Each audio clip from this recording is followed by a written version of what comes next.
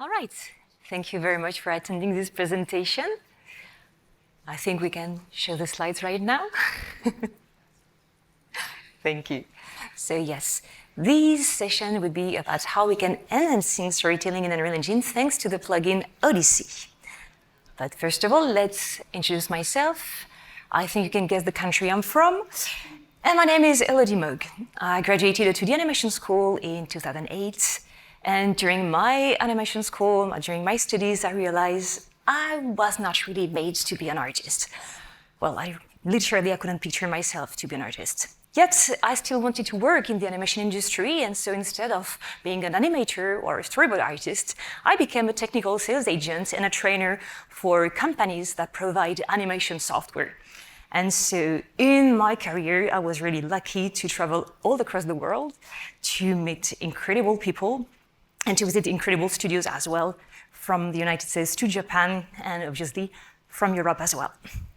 Well, being a technical sales agent, I was also mostly, I would say that I was kind of the translator, the Rosetta Stone between developers from my team and the artists, because artists have needs, developers have possibilities and capacities, and sometimes you need someone in between to make sure everyone understands each other. So here is a list of various films I was lucky to support in different ways. By support, meaning sometimes it could be just training, or sometimes it could be just understanding, again, the needs and how we could improve the software to make sure everyone gets what it needs for the production to go well. And among the different series and film I could help, well, there is especially one that really marked my mind, and it's the Freaky Project. It was a music video clip made by Juan Barnido, and it was the very first time I realized how much 2D and 3D could actually help each other. It was in 2013, 2014. It was very long before we created Odyssey with my colleagues, but that's for me the very moment I realized how much they could help it, how 2D and 3D can really get along. So in 2018, my colleagues and I, we co-founded Praxinos. And so it's in northeastern France. And our purpose when we created the company was always to bring 2D into Unreal Engine. And actually, our real purpose was to create a standalone software powered by Unreal Engine. But to achieve this goal, well, we quickly realized it would be a complicated task. So we decided to split the development into modules. And we decided to make a few proof of concepts. The first one was named Iliad and was released as a plugin, and it was a texture editor. And then there was another one called Epos that was another proof of concept, mostly to manage storyboarding into Unreal Engine. And I don't know if in the audience you have ever heard of it, if you can raise your hands. So 1, 2, 3, 4, 5, 6, 7, 8, 10. Okay, that's nice, thanks. And yeah, so mentioning the fact that Praxinos is officially a service partner on Unreal Engine.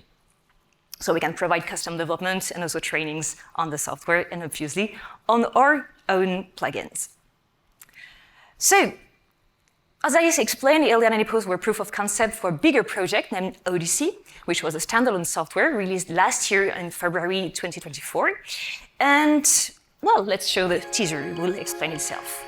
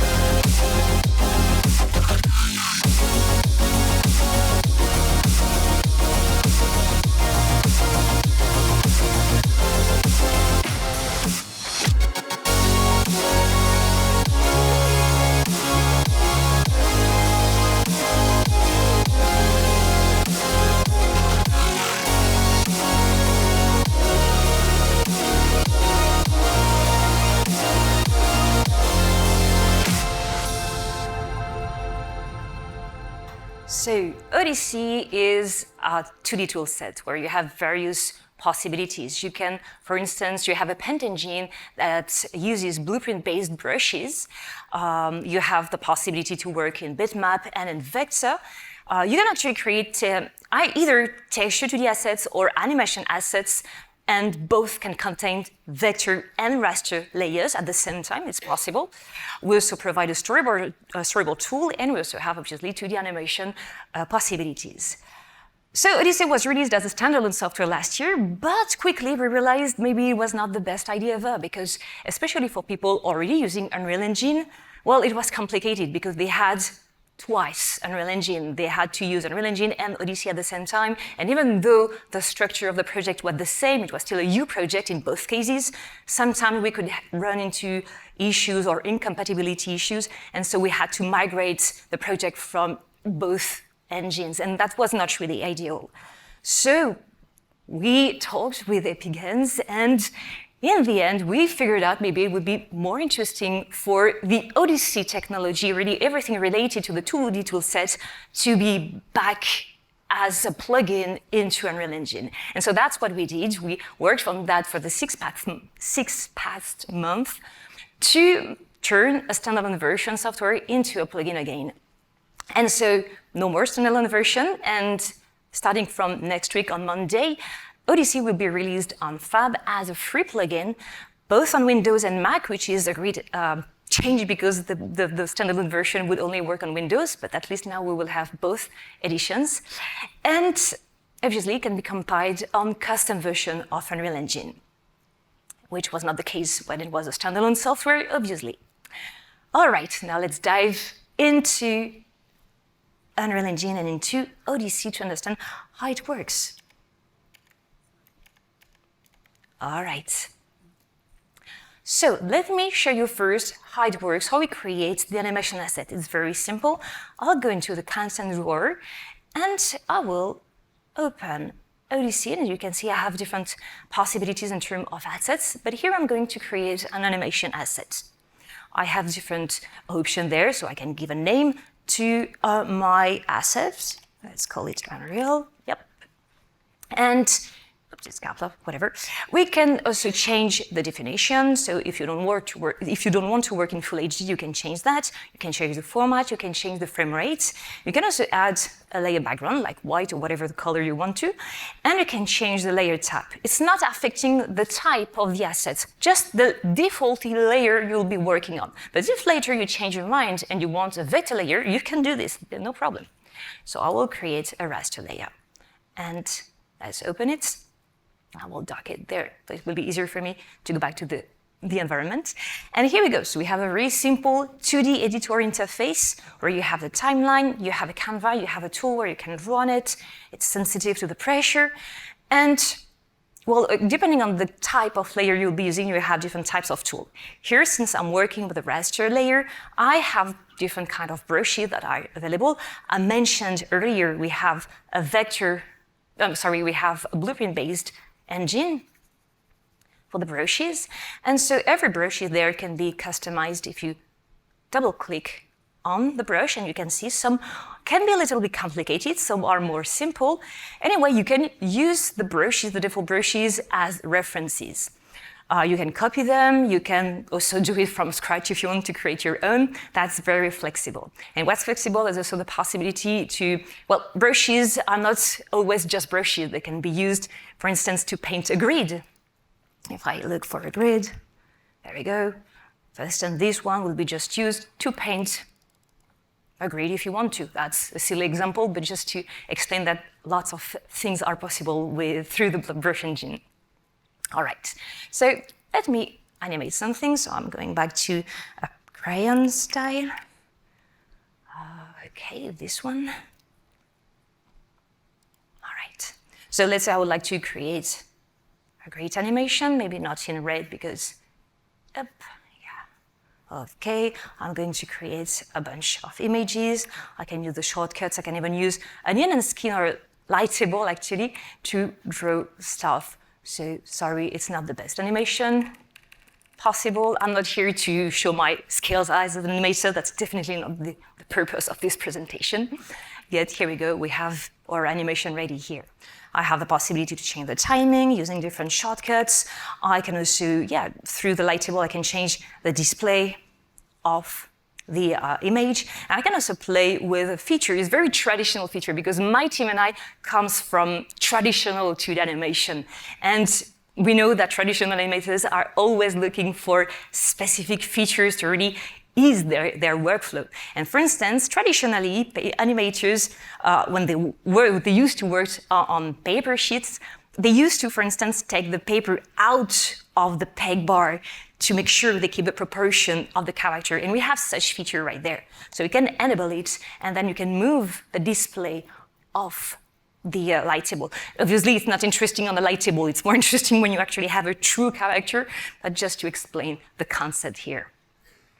And so this animation that I've just created can be then drag and dropped into the level, into the 3D environment. Here we go, we have the environment, I can focus on it. We still have the white background, and here again, I can enable the Odyssey mode, but not as the 2D editor, but really as an editor, a viewport editor. Just like we have the selection, we have the modeling tools, we have the landscape tools. Here you have the Odyssey tools. And so from there, I have the possibility again to work on my animation, navigate through it, create additional layers, and I'm going to change the size. There we go, and play all along with this. So that's the idea. Very simple. But here I'm in a case where I'm just playing a little bit with the animation, but it's not right now connected to a level sequence. And so if I want to connect this to a level sequence, well, I have to create it by myself. So I remove the selection, the Odyssey modes. I will go there, I will add a level sequence, going to create it here. There is my level sequence, going to create a camera, just making it spawnable because I prefer it when it's like this. Okay, here we go. We have a spawnable. I can pilot the camera, obviously, but here my camera is not connected. I mean, the animation is not linked to the camera. So if I want to connect the animation to the camera, I have the possibility to just select my animation. If I can find it back. There it is. I can drag and drop it to the level sequence, and I can also make sure that this animation is attached to the camera. All right, there we go. All right, there we go. So here I'm moving, you can see through the viewfinder that I'm moving the camera with the plane attached. By the way, these passepartout can be modified like this, so we can see beyond the camera view if you want to. And we can also have the possibility, because since I have drag and drop the animation into the sequencer, from there, I have also the possibility to control the animation layers. So I can, for instance, disable the background and see through, really as a translucent material, I can see through the animation. That's possible. And here again, I can enable the Odyssey editor mode. I can even now switch off the timeline panel because I don't need it since it's embedded into the sequencer. And I can go there and I can move like this, and continue painting through this. So here I'm using the mouse, not really the best kind of rendering, but yet you understand the purpose of it. All right. So that's very simple use cases. And here I'm going to show you a couple of more interesting use cases. So let's close this sequence. Let's close all of this. And I'm going to show you how we can play with Odyssey to change the mood of your scene, right there. Okay, so here we go. So here we have kind of usual weather I have in my region with a rainy day. And here we actually have three types of animations. We have a post-process animation for the rain. We have splish splash animation on the rock, and we have drooling drops on the rock as well. So let's see first how we manage the post-process in this example. So I won't explain exactly how you can create the post-process, but it's really basically a kind of element you can create from there in Unreal Engine. And then into this post-process, you have the possibility to create a material, and that's through the material I'm going to change a few things. So let me show you the material right there. So here we have the material, very simple. We can see it's just like this, and it's just based on two textures, actually one texture that is used twice with a panner and a texture coordinates. So basically it's not here a 2D animation asset, it's just a simple texture 2D. And this texture 2D is right there. I'm going to show you there. Yep. So here is my simple texture. I can hide this original layer, and I'm going to create a new raster layer, and I'm going to use this, and I'm going to draw myself awful raindrops, just so you see in real time the evolution, and it's raining hairs. Not really appealing. So let me change the brush, and I'm going to use a speedline brush. Yeah, this one, really convenient for animations, for instance, or for comics, for any kind of stylized renderings, actually. Well, so this brush, you can see, is really useful to make speed lines. If I go back to the demo map, now we're losing the signal. Okay, not good. We change that a little bit. I'm going to change the angle of the brush to make it a rain. So now it's painting in the right direction, perfect. I'm going to change also the color because I'm on blue raindrops. Okay, better. It's a little too big, so I'm about to change the thickness. Lower it. Okay, better, but too close to each other. So I'm going to change the step right there. I'm going to increase it like this. Okay, much better. And I will also activate these two options, style vertically and horizontally, because this feature will allow me to paint on the opposite side. So when I reach the right side, I paint on the left side. When I paint on the top, it also paints at the bottom. So I have something. It will prevent my texture to be tiled, literally. So I do this, and you can see, even though my cursor is on the right, I'm also painting on the left. And the same when I'm painting on the top, it's painting at the bottom at the same time. All right, so I do the entire thing. We go back, and here we have, again, some drop raining on our scene.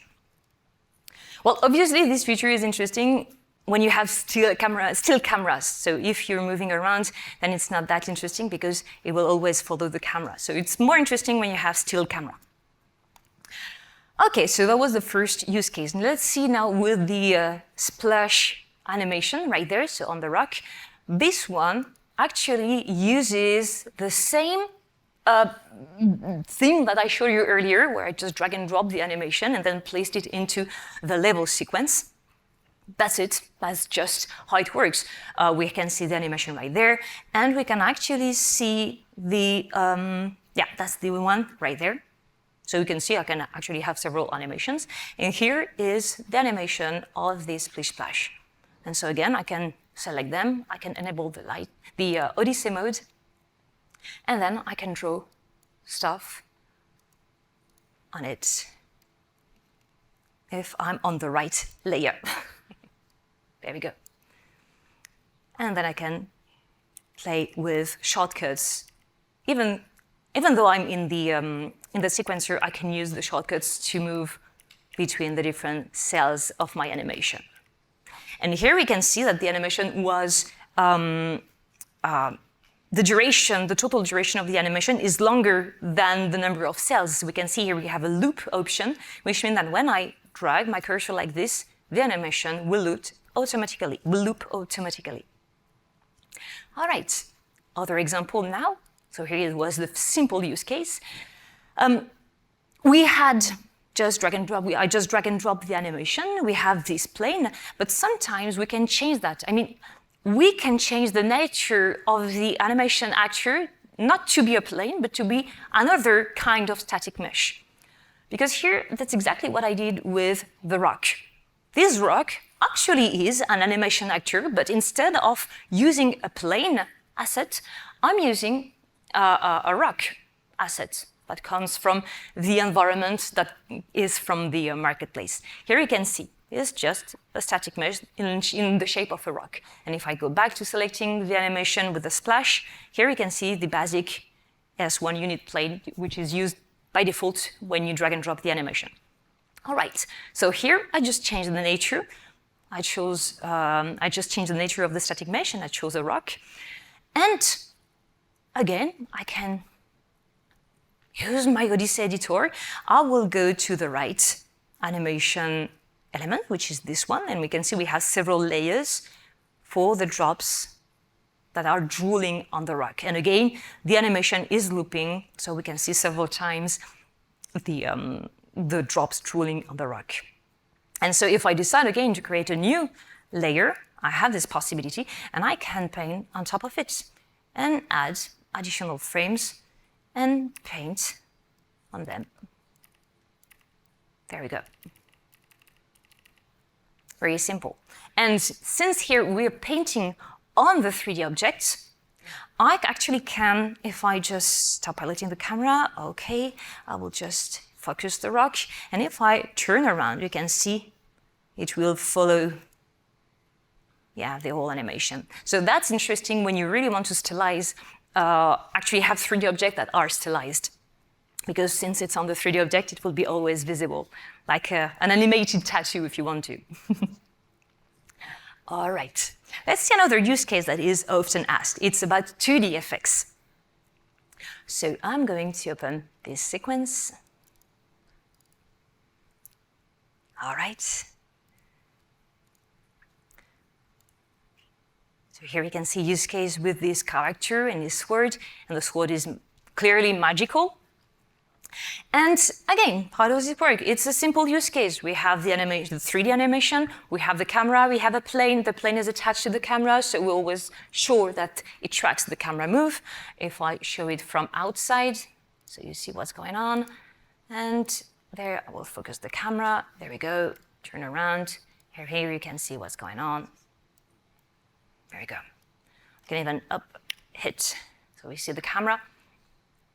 So we really play with the perspective in this use case. But what's also interesting is the fact that we're also playing with materials. Let me show you. If I select the animation and go back to Odyssey, so we can see here the animation, all right? But let me show you the 2D viewport. And here you can see that it's not exactly the same. We don't have the same rendering. The original animation is just this yellowish animation. And it's through the material that we could control the hue shift and the emissiveness.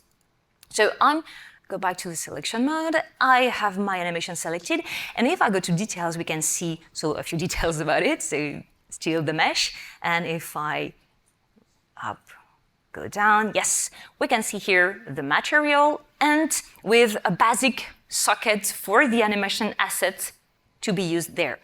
And if I open the material, very simple one, we can see that it's a translucent unlit object that is using a hue shift node, and it actually has two scalar parameters, one that controls the hue shift and one that controls the emissiveness. And these two scalar parameters can be called into the level sequence. So through the level sequence, we have the possibility to control the hue and the emissiveness of the object. So if I show you where we see it, perfect. So I can make it even shinier like this, and I can change its color. And we can add keys to that. So that's why the animation changed its color and its brightness. All right. Let's see another use case, because here I'm animating directly into through the sequencer with the editor, but sometimes you can face cases where you can't really directly work on the animation assets, especially if you're working on assets, on actors that have complicated materials, or when it's not a static mesh. For instance, if you had an animated decal, that could be possible, you wouldn't be able to directly work on it, and then we would have to work in a different way. Let me explain. I have to wait that it opens. Yeah, different use case. So here, we could imagine, for instance, in a documentary about Roman life, we would like to tell the story about an ancient tale from the Roman era, and a tale about a growing tree from the tear of a goddess. I don't know. Here it's a simple, silly example, but just to explain how it may work. So we have this animated rock, and we can see how the tree is growing up on top of it. So this one is not like the rock I showed earlier, where I just actually changed the nature of the asset, the animation actor. Here it's not the case. I use this asset that comes from the Quixel library, and even though the material is not that complicated, all the assets from this collection were using the same material parent. I can show you this parent right there. Where is it? There it goes. So here we have the material instance, and if I go to the parent, it's simple, but yet I didn't feel like changing the way the material actually work in this case. And so I decided that instead of directly creating the animation in the sequencer, I will use another concept, which is the media track. Media track will allow me to connect the animation in a different way. It's not very clear, so let me explain with images. Oh. There we go. So let's imagine we have a 3D actor. For some reasons, we can't really work directly on it. I have an animation I would like to connect to the 3D actor, and we have the level sequence that will be used to connect them both. To connect them both, I will need extra elements. I will need the material, because the material will be what is the element that defines how the 3D actors look like. I will need a media texture that will be used as a texture into the material. I need into the level sequence a media track that will do the connection between the media texture and the animation asset. And so when you use all these elements together, so we have the animation used through the media track is connected to the media texture, and the media texture is used into the material, which is used on the 3D actor. And through the level sequence, we will see the animation happening on the 3D actor. So that's the mechanism that was used for these rock. And if I show you the original animation, here it is.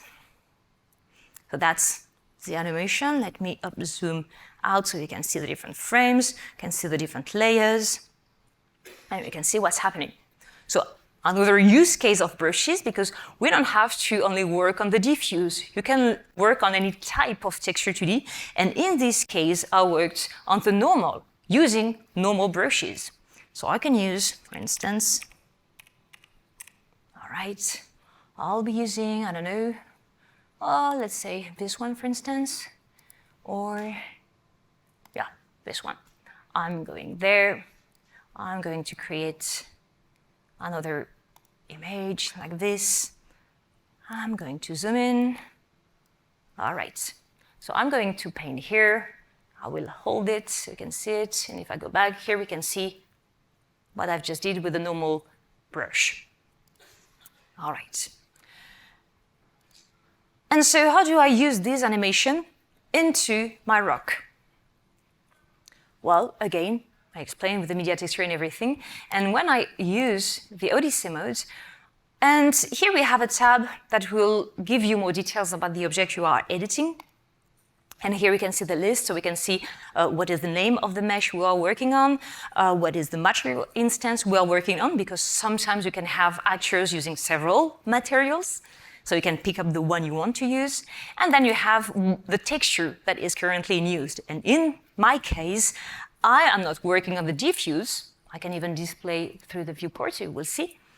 I don't want to work on the diffuse. I want to work on the media texture. And here, because I'm selecting the media texture, thanks to all the things I explained earlier through the level sequence, through the media track, I have the possibility to work on my animation right here, like this. So if I scrub in the sequencer, we can see the animation happening here. And just in case you are wondering, but where does the original normal comes from? It does come from the assets itself when I downloaded it from Quixel. It's just that I copied the original texture for the normal and placed it into my animation assets. That's all, just tricks. All right. So now I would like to show you also other elements, other new features that were brought to Odyssey as a plugin. I would like especially to talk about the vectors and especially about the inbetweener tool that was created for Unreal Engine 5.6. All right. So I will show you first a very simple example where we can see this simple vector animation that is placed again as a mesh, as an animation actor into the environment, which have a simple loop for this tiny bumblebee. And here we can see the loop, very simple, and then it's repeated all along and placed through, it's moved through keyframes because you can add transform track and move it all along. That's totally possible. And let's say now I would like to change a little bit this animation. I'm also, by the way, using a few shortcuts because we have our own viewport, the Odyssey viewport, which will enable a couple of features like the ability to pan the area, to zoom in the area, and also to rotate it if you want to. That's also possible. And if you want to reset, you just have to click there. All right. So I'm focusing on my tiny bumblebee. I'm going to enable the Odyssey mode. I select the asset, and here you can see we have much more tools because I'm not working on a raster tool, but on a vector one. So I take that, and I will enable the vector sync preview, so I can select my thing, and I maybe should use the right layer. All right, so here we can see all the different elements, the different vertices from it. I'm going to select this one, and I'm going to increase the thickness of the line, and I'm going to do the same here, but just disable the widen all along, so we'll just affect these lines. And this animation is not exactly traditional in a way that it was made through the inbetweener. So the change I brought here will be applied on the rest of the animation because we are using the same reference several times all along the animation. And to explain this otherwise, I'm going to explain you with this. And here you can see the loop of the animation. It's a simple bounce with a very few delays on the legs and on the antenna, and the body also is squashing a little bit. And then it's reused through a transform track within the entire animation. But let me explain you precisely how it works. To do so, I'm going to add another animation asset. All right, vector-based with a white background. Let's do it. All right. So this tool, the inbetweener, was designed for different purposes. Either you can't really draw, or you can draw, but you would like to produce in-betweens as fast as possible. And it can work for rough animation, for tie-down animation, or for cleanup animation. It's really up to you. So first of all, let's say I really can't draw, so I'm about to make a bouncing ball. I hope that will be better than the one I did earlier. So here, my bouncing ball, right there, the first key of it. I'm going to add a couple of frames, right there. I am going to now switch to the in-between mode, where we see I have less options. And through the panel vector symmetry view, I'm about to create a in-betweener tag, like this. And here we can see this tiny arrow available right there. So I move this arrow, and I would say go to the end of the animation. If I scrub, there's not much thing to see right now. And even when I go to the last frame, it's not showing anything. So I will click there, and I say, show high target, because sometimes You can decide if you want to reuse the same drawing all along, or if you want to create your own drawing by yourself, like you would do traditionally. But here, I really can't draw, so I will always reuse the same drawing. All right, so I have this, and now I'm going to use the transform tool to move it further. And so, as you know, when a ball is bouncing, the second bounce is lower than the original one. So that's why I'm placing it right there, not as high. If I scrub, okay, we have something linear. It's definitely not a bouncing ball. So let's add now a breakdown. Again, show high the target. And again, I'm showing the transform to place it like this. And because I know the principles of animation, I know it will squash, it will stretch on the, squash or stretch, never know, not squash, on the ground. So I'm doing this, and I'm going to, there, would you stop with uniform? Thank you.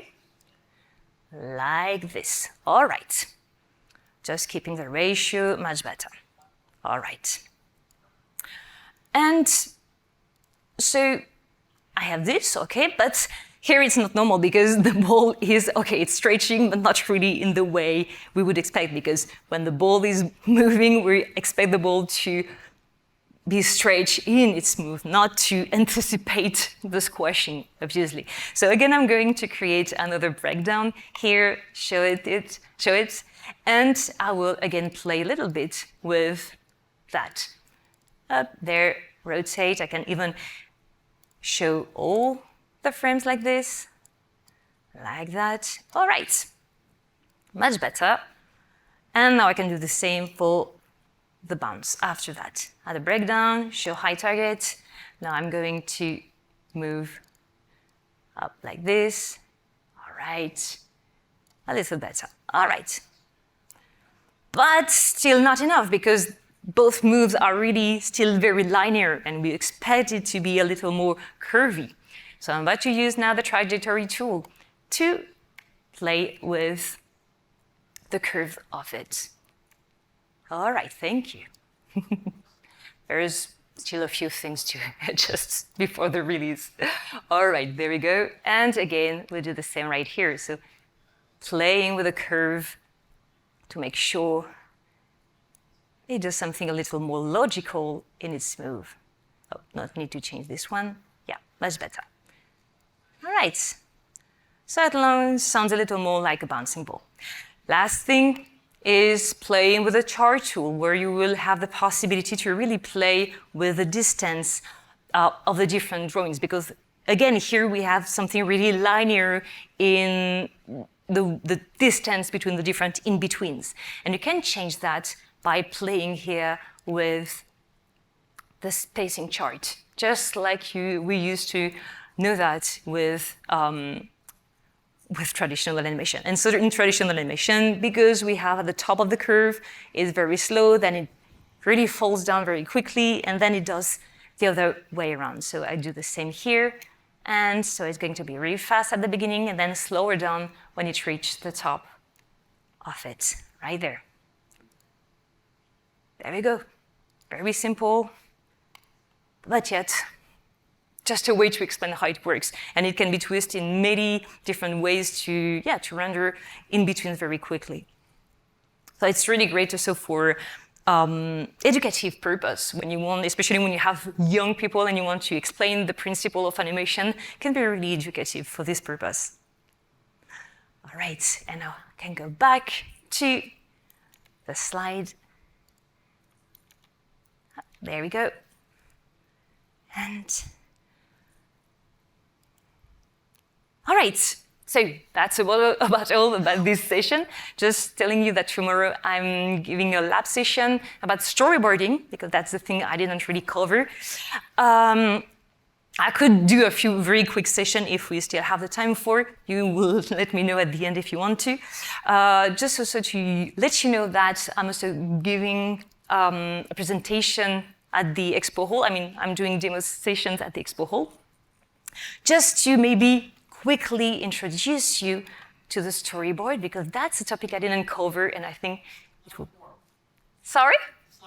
It is Lab 4. Thank you, Bill. All right, just to show you very quickly how the storyboard works, to give you the will to come tomorrow. All right, I'll be there and I will explain a few things. All right, so for my storyboard, I'm going to go there and I'm going to say I would like to start storyboarding. I have the possibility to define a few things, but even though if you don't know what it is, that's okay. We'll just click on Create Storyboard. From there, we have a sequencer, and through the sequencer, I will have a board track, a board sequence track, which is a custom asset we created for the occasion. I will create a new shot. I will go there, and from here, I'm going to create a camera, an animation asset, and the composition of the animation assets in terms of frame rate and image. So I'm going to create a new camera. All right, this camera and the animation assets are connected together. I have the possibility from there again to select the asset, to click there, and then to draw something to make my animation. So here, I don't know, I'm going to paint some bird there, setting here. Now you understand why I couldn't be an artist after my studies. All right, I have my bird right there. I could also play, why not, with the blending modes and paint it very quickly like this. All right, so we can see it. This is distinguish it from the background. Then I'm going to go further. I'm going to go there, and I'm going now to paint the bird flying by. And it creates automatically the new keyframe like this. And there we go, up there. I could also create an additional layer, but it's faster to work that way. And there we go. I have a simple animation, not an animation, but a storyboard. From there, if I had another character, I could create another plane. I could create, I don't know, let's imagine I will create some cat over there watching the bird.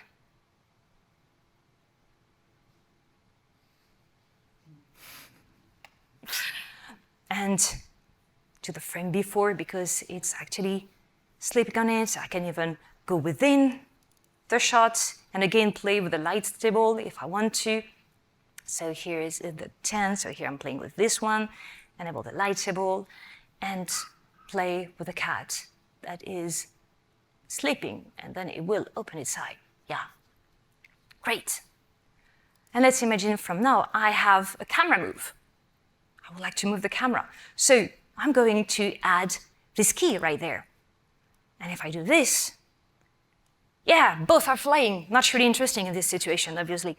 So, several things to do. First of all, we have to make sure where the characters are placed, because right now they're both floating in the air anyway. So I'm going to select them both, and I will make sure that they will be placed accordingly to the environment. I'm even removing the Odyssey mode right there, and I'm going to select the cat, and I'm moving much further. Yeah, now it's more closer to the rock. It's more logical. So it's a way to move from simple storyboard to layout. You will ease the process, the animation process and the pipeline, because you have the possibility to do the steps, storyboard, animatic layout within the same engine, and that's really useful. I will do the same also for the bird, and the bird will be placed here on the fence, so I can even use the picker to move automatically the plane closer to an object. Here we go. Can go back to the camera. In the area of the camera, I didn't change anything. I mean, the ratio still remains the same, but for the layouts team, it will be much easier for them to understand where the actors actually are. And so we still have to figure how to fix that, and that would be really simple.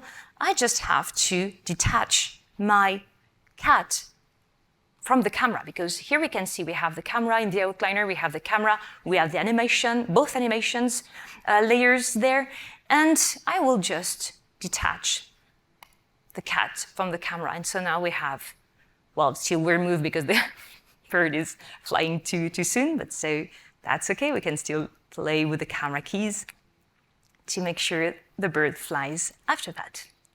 All right. Yeah. I think I didn't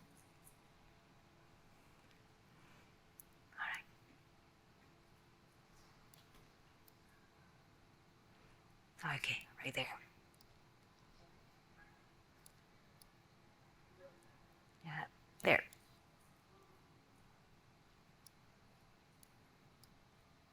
Yeah, much better. So, quick introduction to tomorrow's session. All right.